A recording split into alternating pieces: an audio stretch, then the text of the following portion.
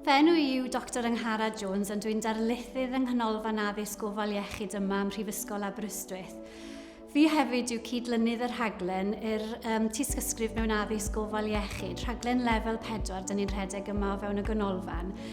Mae'r rhaglen yma wedi cael ei anelu at gweithwyr iechyd sydd yn gweithio ar hyn o bryd yng Nghanolbarth Cymru mewn y sector yn barod.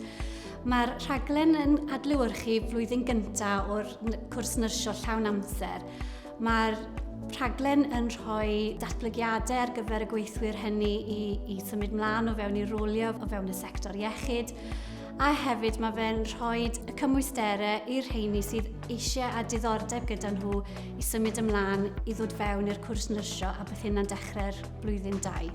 Y cymwysterau mynediad sydd angen arno ni ar gyfer y rhaglen Tystysgrif yw cymwysterau lefel 3, hynny yw lefel A neu cyrsiau access neu cyrsiau o'r debyg. Ond wedi deud hynna, os nag oes neb efo'r cymwysterau hynny, mae yna llwybr penodol dyn ni wedi creu i helpu'r rheini sydd yn brofiadol a sydd wedi gweithio yn y maes ers nifer o flynyddau. A mae hwnna'n llwybr llwn ni fod yn edrych gyda chi yn unigol a'ch helpu chi efo'ch cais sydd dod fewn i nyrsio. Mae'r cwrs yn rhan amser ac yn cael ei rhedeg dros 2 flynedd, ac o fewn y 2 flynedd hynny mae yna modiwlau theoretig sydd yn cael ei rhedeg allan o'r brifysgol. Mae yna modiwlau hefyd sydd yn golygu bod chi'n gweithio allan yn yr ardal clinigol. Pan mae yna modiwlau theoretig, mae nhw o 7 wythnos o hyd a bydd nhw hwyrach falle 1 diwrnod o'r wythnos yn y brifysgol. O fewn y diwrnodau hynna ac o fewn rhai o'r diwrnodau astudio eraill, dyn ni'n defnyddio gwahanol dulliau dysgu. So hwyrach fydd yna darlithiau, diwrnodau hunan addysgu, gwaith grŵp, gwaith ar-lein.